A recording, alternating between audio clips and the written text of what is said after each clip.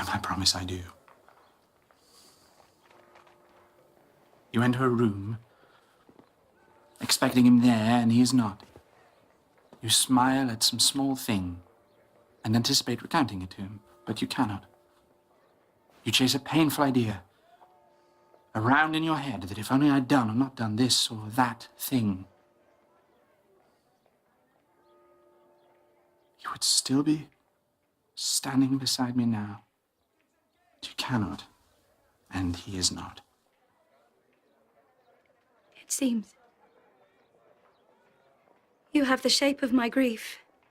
I wonder then how you refuse a service which might, in some degree, abate it. Is it not your profession? It is.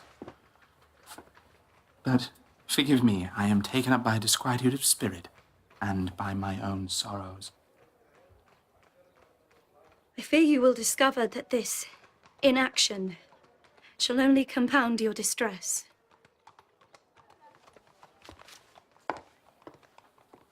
Miss Casson,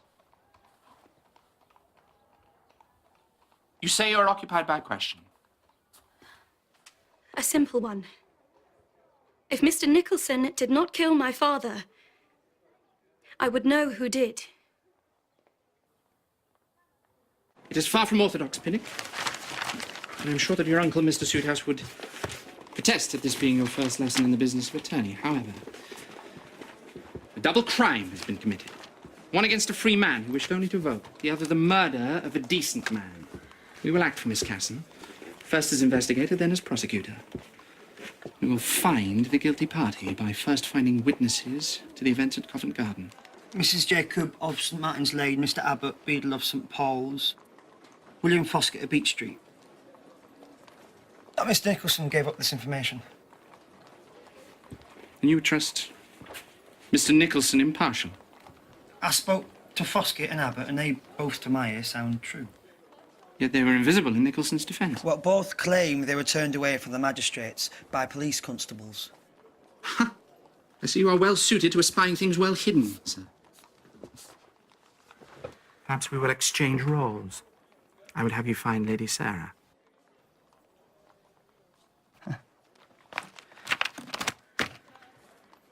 I will see to it. And I will see the man who commands these constables.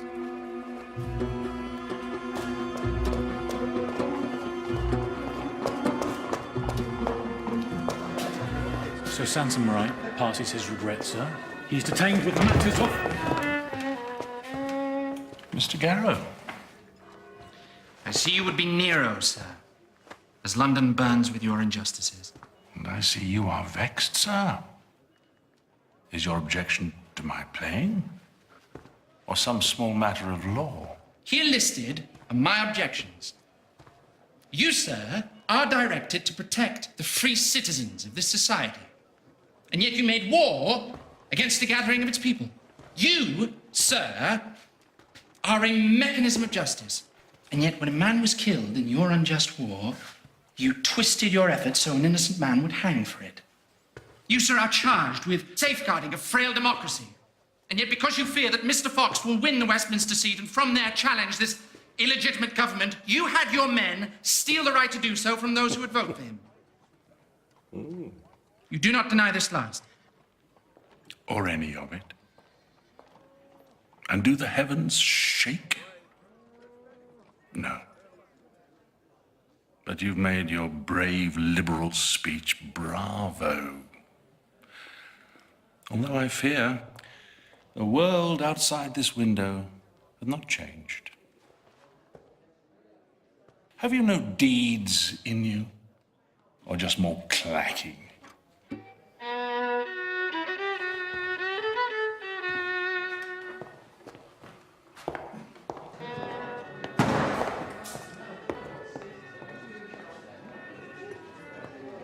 Indeed, no more clacking. Mr. Garrow. You will regret this provocation. Mr. Garrow, I've got news on the other matter.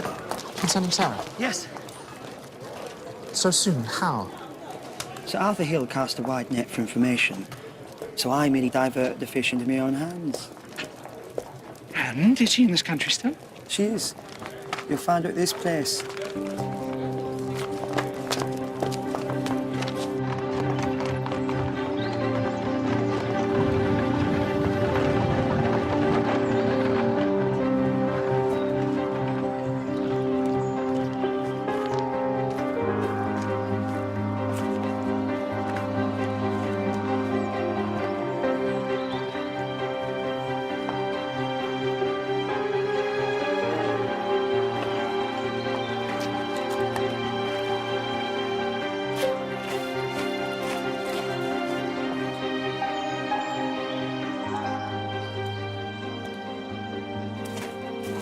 William.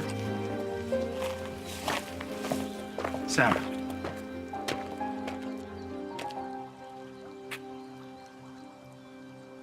I thought you in France.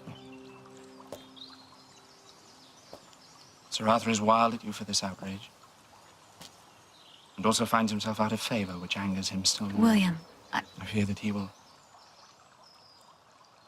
bring this anger to your door.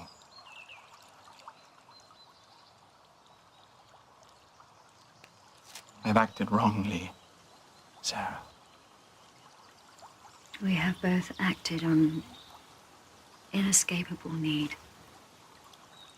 Yours to be bound by principle, and mine to be with my son.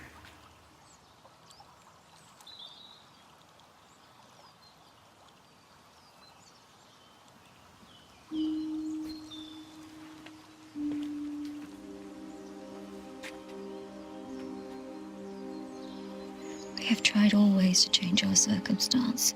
By law, by pleas, by threats. Yet I cannot turn and walk away from here.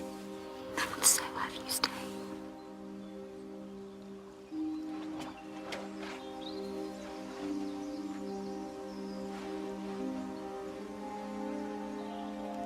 You would scarce believe how empty our small rooms are without you.